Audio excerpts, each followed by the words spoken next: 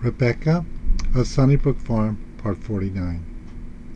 Dotted or plain, Swiss muslin was a favorite dress, though some were in white cashmere.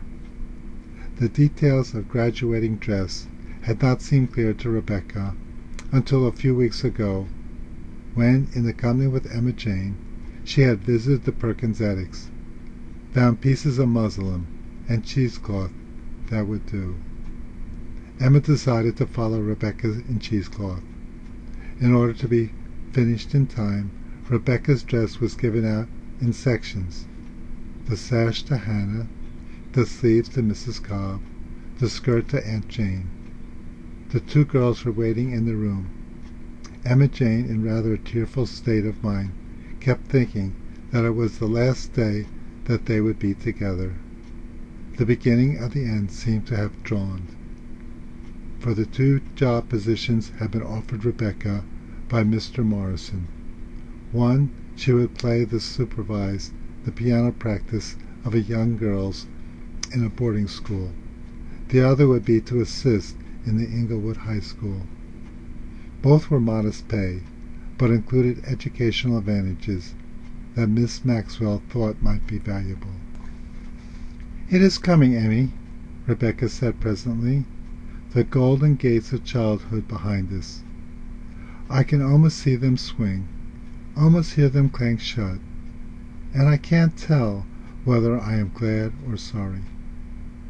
"I shouldn't care how they swing or clank," said Emma Jane, "if only you and I were on the same side of the gate. But how can that be? Emmy, don't you dare cry, for I'm just on the brink myself. If only you were graduating with me, that is my only sorrow.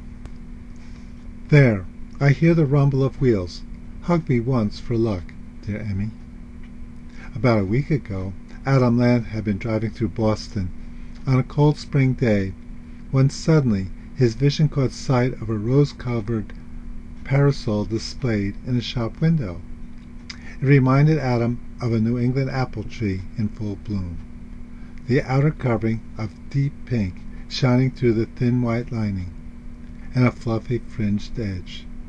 He entered the shop, bought it with the thought of the joy in Rebecca's eyes, of the self-confidence of her head under an apple blossom canopy. He also bought a similar blue parasol for Emma Jane Perkins. Now Adam Ladd just arrived and was making his way to the church. He came suddenly into the main street and stopped. The class of which Rebecca was president was sitting in a hay cart that had been decorated with green vines and field daisies. Even the spokes of the wheels all twisted with yellow and green and white. There were 2 white horses, flower-trimmed reins, and seated were the 12 girls of the graduating class, while the 10 boys marched on either side of the vehicle. The 12 little country maids looked beautiful as the June sunlight filtered down on their heads, showing their bright eyes, their fresh cheeks, their smiles, and their dimples.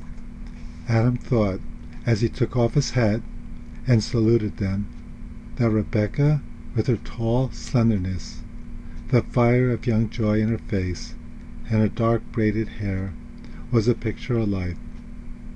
It all passed him, as he stood under the elm of an old village street, where his mother had walked half a century ago, and he was turning with the crowd toward the church, when he heard a little sob.